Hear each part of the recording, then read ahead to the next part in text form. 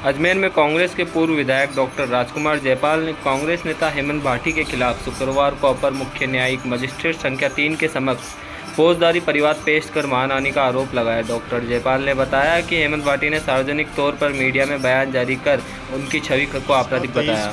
जयपुर में हमारे कांग्रेस के ऑब्जर्वर्स आए हुए थे जो कि टिकटों के बारे में जानकारी लेने के लिए और फीडबैक लेने के लिए, उसमें एक किसी मीडिया में हेमंत भाटी ने मेरे खिलाफ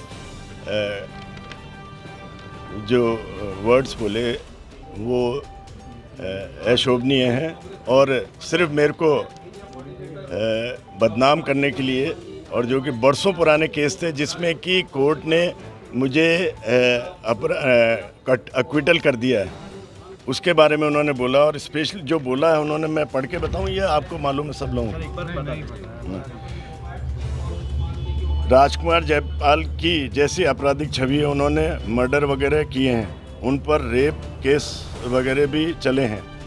तो जब कोर्ट ने ही नहीं माना कि कोई केस नहीं इनके खिलाफ, कोई कारण, मेरे को बरी कर दिया, तो ये उन्होंने किया है ये जानकर मेरी छवि खराब करने के लिए, क्योंकि मैं टिकट की दावेदारी कर रहा हूँ और अभी 2023 में विधानसभा का दक्षिण से चुनाव लड़ रहा हूँ।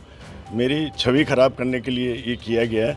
इससे आगे जो मेरे वकील हैं वो आपको जो धारा 499-500 के तहत मैंने केस दर्ज किया है, और उसके बारे में बाकी मेरे वकील साहब हैं वो बताएंगे। ये राजनीति अदावत है या राजनीति बदनाम करने के लिए, सिर्फ इसलिए कि मेरे को टिकट में रोड़ा अटकाने के लिए, और जबकि बरसों पुराना केस है जिसमें कई सालों पहले ही कोर्ट ने अक्विटल कर दिया। और बाकी डिटेल मेरे वकील सारे जो वकील हैं वो बताएंगे। आज परिवाद ये है कि डॉक्टर राजकुमार जयपाल पूर्व विधायक रहे हुए हैं, साउथ कॉन्स्टिट्यूंसी से अजमेर के पूर्व विधायक रहे हैं, माननीय रहे हुए हैं बहुत, और इनकी छवि बहुत विख्यात है। माननीय हेमंत भाटी जी भी पूर्व विधायक का उन्होंने मतलब प्रत्याशी रहे हुए हैं। तो साउथ से ये भी दावेदारी कर रहे हैं कांग्रेस पार्टी की तरफ से टिकट लेने की, माननीय राजकुमार जयपाल जी भी, और हेमंत भाटी जी भी साउथ से दावेदारी कर रहे हैं। अब ऐसे में चूंकि क्या है कि इनकी छवि धूमिल करने के लिए हेमंत भाटी जी ऐसी राजनीतिक जीवन में रहे हुए हैं कि उनको एक एक शब्दों का पता है, एक एक शब्द, क्योंकि रोज़ कहीं ना कहीं भाषण देते हैं तो उनको शब्दों का नाप तोल का पता है। वो राजनीतिक जीवन में वो नेता है तो उनको ये अच्छी तरह पता है कि कौन से शब्द का क्या इम्पैक्ट जनता पे जाएगा।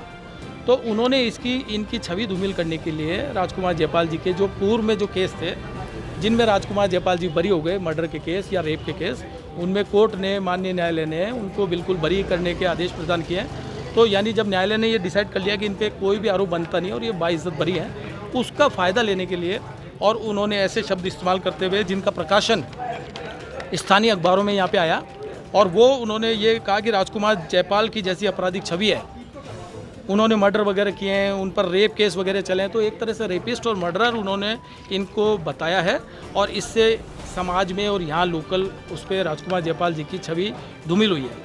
और जहाँ तक ये बात थी कि अगर वो किसी को अपनी ये बात रखते, बंद कमरे में रखते, तो वो जायज़ था, उनके विचार हैं, वो जो भी इनके लिए कहते कह सकते थे बंद कमरे में। लेकिन जैसे ही उन्होंने इसका प्रकाशन मीडिया में करवाया, जैसे ही उन्होंने इलेक्ट्रॉनिक मीडिया में कुछ बोला, और जैसे ही उन्होंने अखबार में ये चीज़ आई, अखबार में ये छपी, वहाँ पे जब लोगों ने इसको पढ़ा तो वो एक तरह से आपराधिक कृत्य हो गया। कैसे आप किसी की छवि को यूँ बिना किसी आधार के रेपिस्ट और मर्डर कैसे बोल सकते हैं? आप अगर इस तरह का कृत्य करते हैं तो इसमें आईपीसी में प्रावधान है, 500 धारा है, सेक्शन 500, इसके तहत आपके खिलाफ आपराधिक मामला दर्ज हो सकता है और उसमें 2 साल मैक्सिमम की सजा है। तो उन्होंने ये आपराधिक कृत्य किया, जिसके लिए आज न्यायालय में हमारे द्वारा परिवाद माननीय हेमंत भाटी जी के विरुद्ध पेश किया जा रहा है। उसमें माननीय न्यायालय से यही गुहार है कि 500 और 499 कॉग्निजेंस लेके और उनको मैक्सिमम सज़ा जो भी है उससे दंडित किया जाए।